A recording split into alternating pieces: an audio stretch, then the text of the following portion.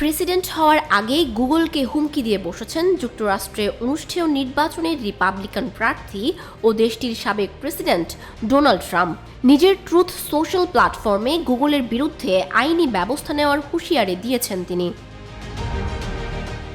এক পোস্টে প্রযুক্তি জায়ান্ট গুগলের বিরুদ্ধে অভিযোগ করে ট্রাম্প বলেছেন, গুগল শুধু তার প্রতিপক্ষ ভাইস প্রেসিডেন্ট কমলা হ্যারিস সম্পর্কে ভালো রিপোর্টগুলো হাইলাইট করে আর তার সম্পর্কে খারাপ দিকটি সবসময় তুলে ধরে। সম্প্রতি গুগলের Donald Trump presidential race 2024 search করার পর তার ফলাফলে ট্রাম্পের বিরুদ্ধে বেশিরভাগ নেতিবাচক রিপোর্টই দেখা গেছে বলে জানিয়েছিল একটি কনজারভেটিভ গ্রুপ। এরপরেই খেপেছেন ট্রাম্প। এই কনজারভেটিভ গ্রুপ মূলত মূল্যবোধ এবং ব্যক্তি স্বাধীনতার পক্ষে থাকে।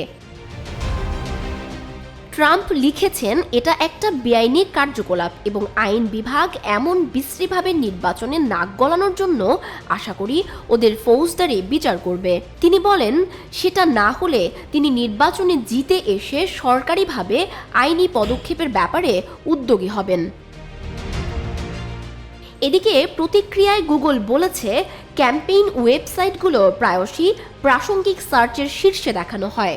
গুগল এদিন নিশ্চিত করেছে তারা কোনো নির্দিষ্ট রাজনৈতিক ব্যক্তিত্বের প্রতি পক্ষপাতিত্ব করে না, তবে কোম্পানি এটা জানায়নি যে কিভাবে তার বহুল ব্যবহৃত সার্চ ইঞ্জিন পর্দার আড়ালে কাজ করে।